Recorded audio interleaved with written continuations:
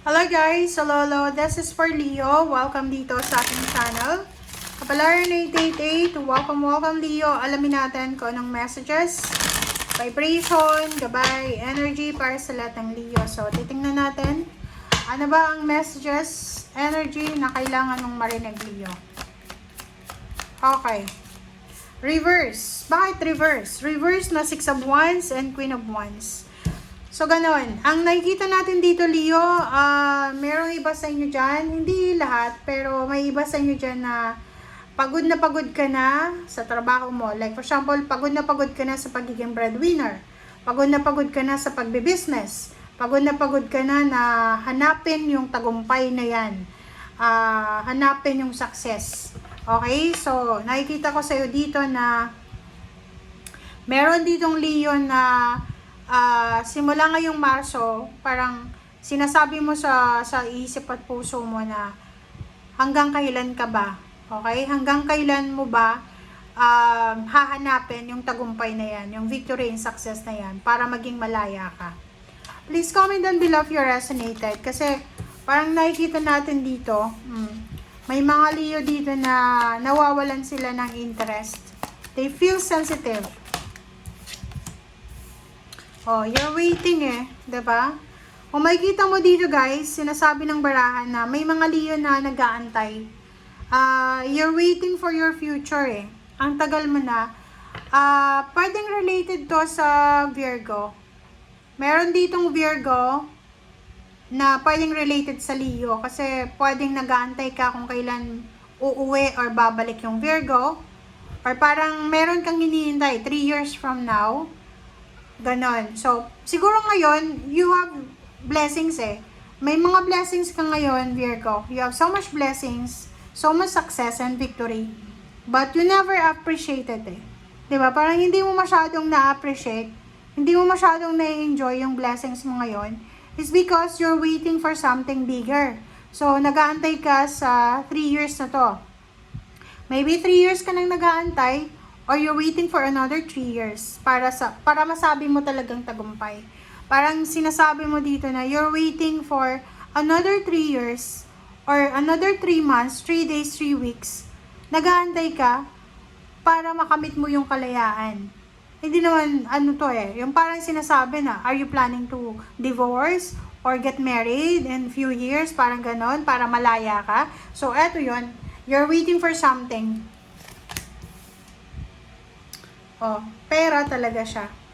Sinasabi ng biraha sa iyo dito na yun, nag-aantay ka. So, parang ngayon, siguro ngayon wala kang hawak na limpak-limpak na salapi. But, in reality, parang sinasabi ng biraha na in few times or in few years, mahahawakan at mahahawakan mo rin itong tagumpay na to. Sorry pero based dito sa baraha mo, ang nakikita natin dito na persona is kahit napapaligiran ka na ng blessings, you are successful, pero hindi ka kontento. Hindi ka kontento You're waiting for much more. Parang ganon. So, wow. Siguro may hawak ka ng pera, pero pakiramdam mo, this is not enough. You're waiting for more and more and more. Okay. Diba? King of Swords, nakikita ko sa'yo dito, hindi ka makagalaw Parang hindi ka makagawa ng desisyon. It's because you're waiting You're waiting for a lump sum of money. Are you waiting for a promotion? You're waiting for something OMG. 7 of Wands. Okay. Nakikita ko sa'yo dito na kailangan mo daw proteksyonan ang future mo. Bakit?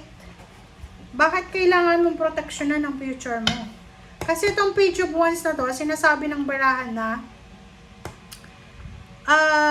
gagawin mo ang lahat, gagawin mo ang lahat para maging maayos, para maging successful ka in the future. But in reality, kung makikita mo yung energy mo ngayon, you are successful. You are blessed. You are victorious. But I don't know, kasi iba-iba naman tayo. Siguro mayroon kang ini-aim, yun, contentment. And sinasabi ng baraha sa'yo dito na 6 of Cups na ayaw mo nang bumalik sa dati. Or nakikita natin dito na in few years, like for example, 6 years from now, 3 years from now, 10 years from now, 7 years from now, gusto mong bumalik sa dati mong lugar na parang gusto mong ipakita sa mga tao na here I am, 'di ba? Successful. But ang hindi ko maintindihan sa reading mo, kasi kung makikita mo, ang reading mo ngayon, sobrang successful ka. 'Di ba? Sabihin na natin na para sa'yo siguro hindi pa yan success, pero sa ibang tao sobrang successful na ang tingin sa'yo. Okay?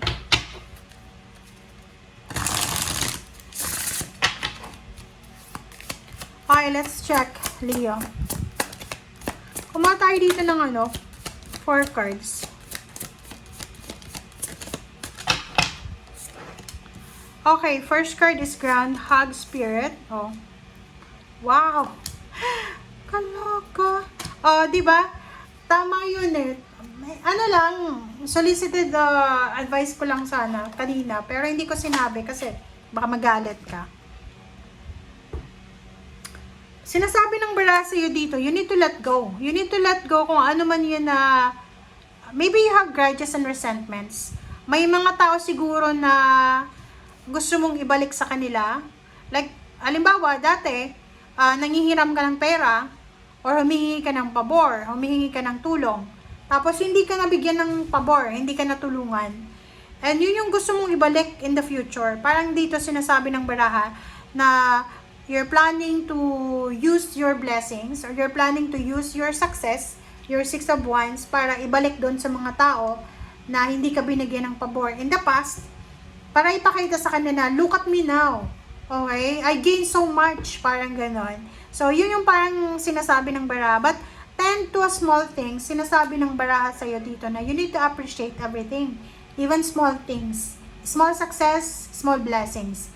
And, based sa example natin, kung gusto mong ibalik yung grudges and resentments mo doon sa mga taong hindi nabigyan ka ng pabor in the past, you should think also na baka hindi ka nabigyan ng pabor because naghihirap din sila dati. Wala sa iyong mapautang kasi wala din silang pera.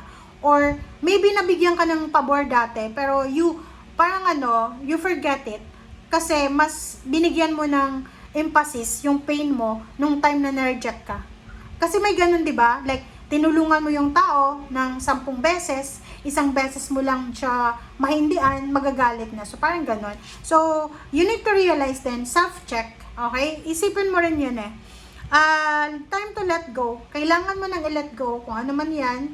Grudges and resentments about your past. About sa mga tao na hindi ka pinautang, tinaasan ka ng kilay. Slow and steady wins the race. Parang ganun. Sinasabi ng baraha sa'yo, Leo, na dahan-dahan lang tayo. Okay? Kailangan, maging kontento tayo sa kung anong meron tayo. Be humble. Okay? And sinasabi ng baraha sa'yo na yung pera ay instrument lang yan. Okay? Instrument lang yan para maging, alam mo na, ikaw na yung nakakaalam na. Kasi kung based dito sa readings na to, nakikita natin yung medyo shadow siya. Shadow na parang meron kang pinaplano eh. Like, gusto mong ipamukha doon sa mga taong yon na hindi ka pinautang or doon sa mga taong yon na hindi nagtiwala sa'yo na mas magaling ka. Parang ganun. So, I don't know. But, ang message ng baraha sa'yo, you need to let go. Ano man ang negative thoughts and emotion na yan, let go mo na yan. Okay? Slow and steady wins the race. Dahan-dahan lang tayo, okay? Kasi, lahat ng blessings ibibigay sa'yo. But, kung yung purpose natin is masama, negative, useless yun eh. 'Di ba? So, yun na nga, sinasabi ng baraha sa'yo na be true to yourself, be true to your emotion, Be humble. Yun lang, yung message na to.